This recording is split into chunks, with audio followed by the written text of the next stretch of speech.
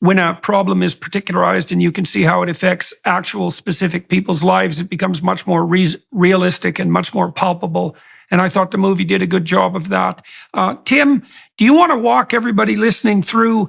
Let's go back into the details of your life. Now, you worked for this. We worked for the Special Forces per se. And who were you working for before you decided to forego your career and to pursue the case that we're describing? So I worked for 12 years as a special agent and undercover operator for the Department of Homeland Security, the investigative division called Homeland Security Investigations. 10 of those years were spent on the border, tracking child traffickers, people who would exploit children with child exploitation material. So I really learned a lot. In 2006, the laws changed in the United States.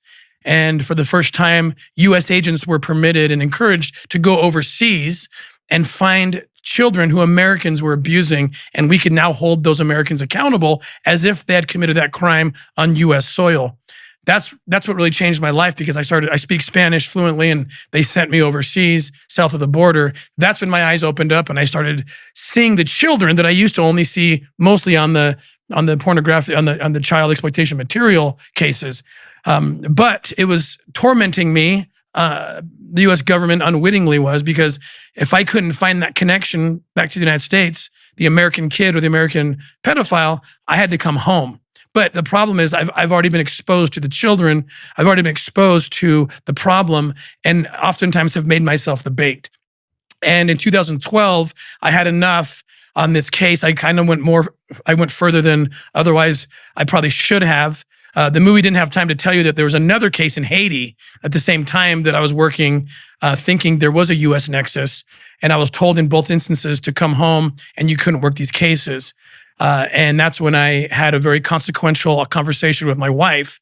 And I said, if I stay here, if I do this operation with or without my badge, it doesn't matter at this point, I can do the work. We will save kids.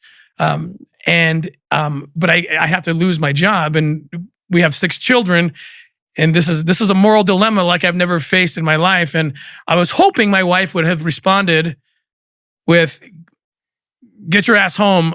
You can't abandon us. You know, first of all, you're going to die without the top cover of the U.S. government if you continue this, and who's going to pay the bills and feed the kids?" She didn't say that. She said to me, "You have to quit your job." And it was that easy for her.